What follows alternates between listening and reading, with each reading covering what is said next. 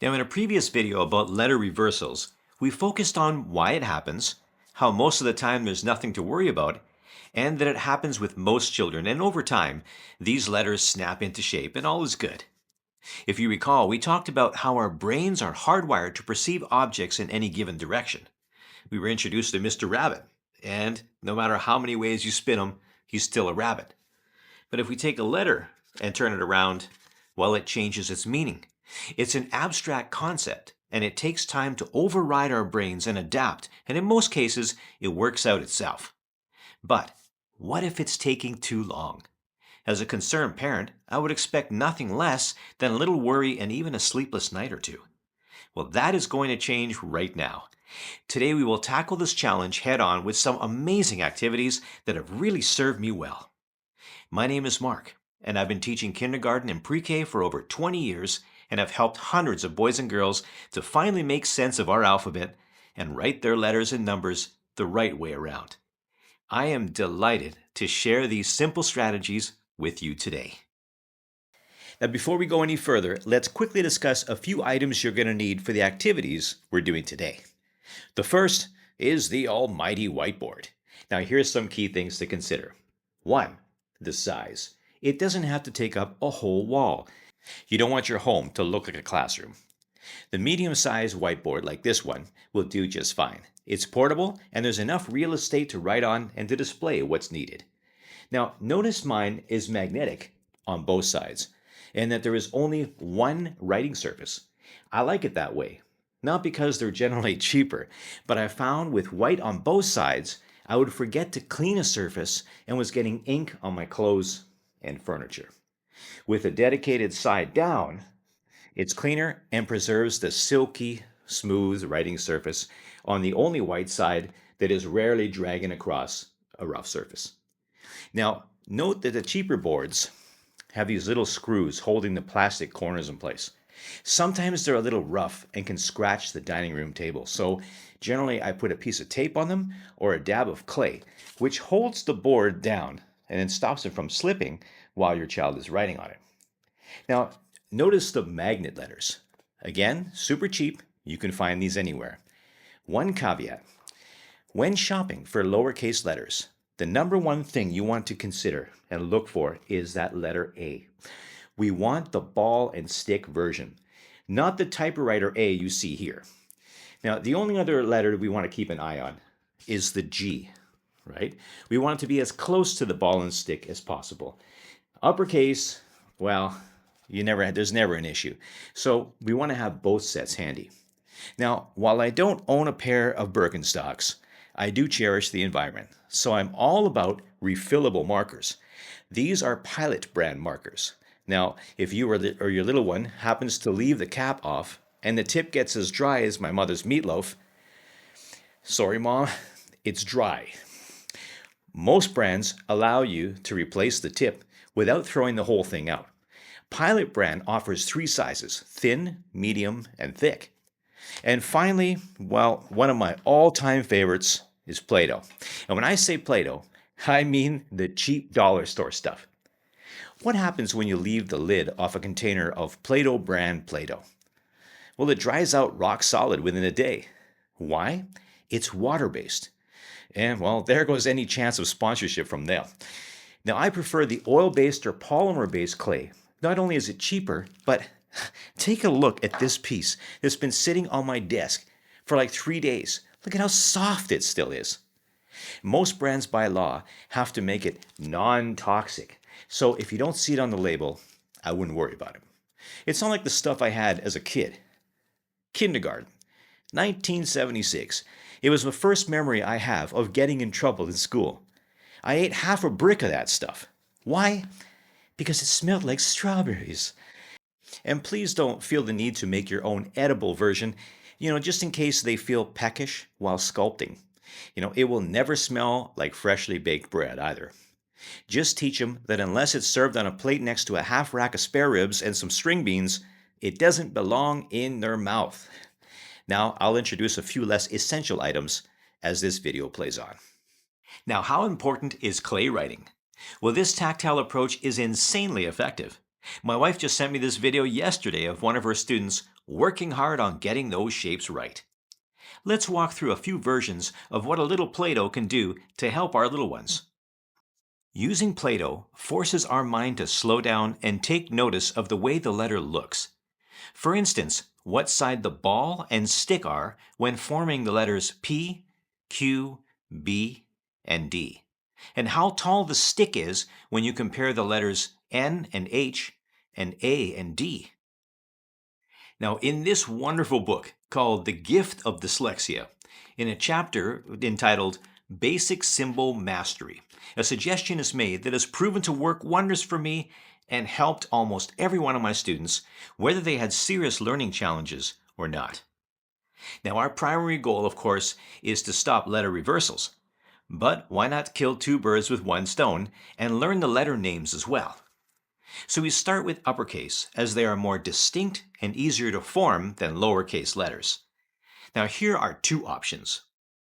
You can line up your uppercase magnet letters on a table in alphabetical order. Or you can print and assemble alphabet strips like this one I have here.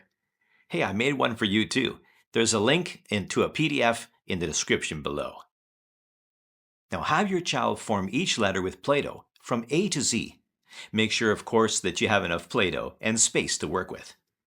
Touch the letters and have them tell you the letter name. Start alphabetically. Yes, they may call out the letters while secretly singing the alphabet song in their heads. And this is okay. Let them cheat a little. Don't call them out on it. We want them to feel the win and build up their self-confidence. Now, you may wish to repeat this activity another day and call out letters at random and have them point to the correct one. Start simple. Feel the win. Build from mastery every time. For lowercase letters, place your magnet letters in reverse order or use the letter strips, and have them form the letters from Z to A. Reviewing the letter names in reverse order is one of the best indicators that they are not solely relying on the alphabet song. Now the training wheels are coming off, and this is very exciting, even if you excluded the whole letter naming part of it. One stone, one bird. These poor birds. This tactile approach is still an absolute gem. Remember that these hands-on activities might include writing in shaving cream or in a small sandbox, and running your fingers along tiles like these ones here. These are pretty nifty, and they've got a little bit of sandpaper glued onto them. They're dirt cheap online. You can find them anywhere. I once had my students collectively form all 26 letters of the alphabet with cooking dough. They added a truckload of sprinkles, as one might expect from a 4-year-old. Kindergarten is a messy business. Well, that turned out to be one yummy alphabet. Keep it fun, and the learning never stops. Now let's talk about skywriting. This is a less messy approach. Now this can be done in a couple of fun and exciting ways, and for both activities, let's bring in a little dance music to spice things up. But nothing with lyrics, as this might distract from your verbal instructions and cues. Our first activity is side-by-side skywriting. You and your child stand side by side. The aim is to have your child mimic your actions. Each of you needs to be holding something bright and colorful. Now some parents like to dim the lights and use those little flashlights. Some others use like those magic wands, and I like finger puppets. All right, here we go. Do we have our pointers? All right, B, C, A. I'm doing this by myself and I'm having fun, but you get the idea. Now I call this next one Treasure Mountain. Facing your child, hold up a magnet letter or a flashcard, or these tiles really work the best. They take a heavy beating. And have them air write the letter on that tile, right? Now remember, okay, the proper letter will look backwards to you, so keep that in mind. When they get it right, they can take it and they can bring it to another table, aka Treasure Mountain. They need to get as many letters to the mountain before the song ends. Play around with different songs, different lengths of songs, and you don't have to do all 26 letters at once either. Now, if you're left with a stack of the same letters more than once, well, at least you know which letters to work on next. Now, this next one is called backwriting. Now, this one doesn't always work with every child, but if your little one gets it, it's an amazing way to visualize letters. It's really worth a try. So place two letters on the table, like these ones, and have your child stand at the table facing the cards. Now you stand behind your child and with one finger, you write one of the letters on their back. Now repeat it until they get it and choose the right letter. Now you can keep a score system and celebrate every success. Your aim is to finally place those pesky little letters side by side, like these ones, the B's and D's, the P's and Q's, and so on. These are really hard to distinguish, but if they can feel it on their backs, it really makes a difference. Now, we can't forget good old-fashioned writing practice. Now, first off, we're not restricted to whiteboards. I mean, you're free to find many surfaces on which to write on. Giant sheets of paper, colorful cardboard. But if you're using whiteboard markers, well, let them write on a mirror or even the fridge door. Now, for obvious reasons, we want to stay away from permanent markers. Keep those hidden. Disaster. All right, once again, let's feel the beat of the music as we write to the rhythm and add some custom chants to the mix as well. Let's start with D, D, circle first then up the tree, N, N, not so high, not so tall, H, H, starting tall and ending small, B, B, bat and ball. Then we have the obvious yet traditional way of using dots to help trace. Now, remember, when it comes to education, the word traditional often precedes a lesson with a little less zip and pizzazz. But that doesn't mean it's not useful in some way, such as tracing dotted letters, like we have here. Now, remember, we want to stay away from the dance music because we want them to take their time. And there's a stick, there's a ball. Don't worry about how it's done at that point, as long as we get that stick and ball correct. Now, correcting errors. We've gone over this a million times. D, ball, then stick. Ball, then stick. I think it's safe to say that this is going to get you nowhere. Now, we must fall back on a place of mastery every time. Go over the letters they know.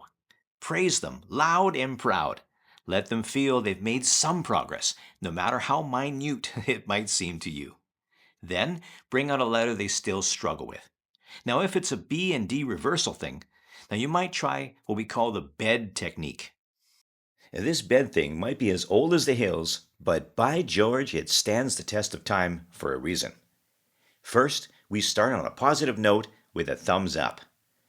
Superimposed over this bed frame, the hands look a lot like a B and D. Add the letter E.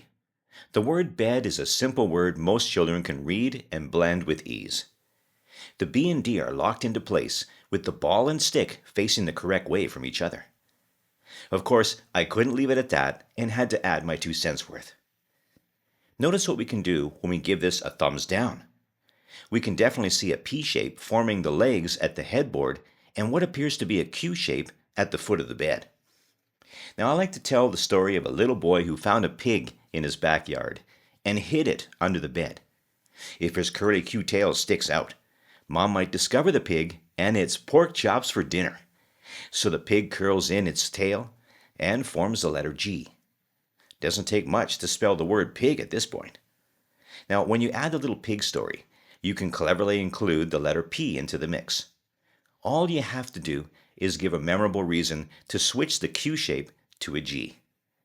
Once my students remember the pig under the bed story, they rarely flip those letters again. I present this to you for the obvious reason that it works, and that if something works, always ask yourself, can I leverage this in a way to make it even more effective? This is the driving force behind all I've done with Treehouse Phonics. Now, you want to avoid some of the popular gimmicks that don't work nearly as well as teachers claim. The first is the door handle thing. Here is a door. The knob represents the circle in the letter D. The stick is the edge of the door. D, door. Seems memorable enough until you're standing on the other side and the edge is facing the other way. What is this? It's a B now. Another equally weak little gimmick is the whole diaper and belly thing. Now, the only way it works is if your child can spell the words diaper and belly. Otherwise, what's to stop these two from facing the other way? Now, with all this said, after you've tried as many ways as you could to help your child through this struggle, and you're just not seeing improvement, there is absolutely no shame in taking this a step further and seeking outside assistance. To make this as painless as possible, I put together a free guide that will assist you in evaluating your concerns, equip you to ask insightful questions, and help you to find the right person that will complement the amazing efforts you make with strategies that will help your child succeed. This guide is called When Reading Struggles Persist. The link is in the description below. Remember that if you find that your child is indeed navigating the challenges of dyslexia, ADHD, or any other learning obstacles, there are dedicated people out there who have made it their life's passion to help. Now, struggles only make us stronger, and with your loving support and patience, your child can still move mountains. Until next time, stay wonderful, and I'll see you again soon.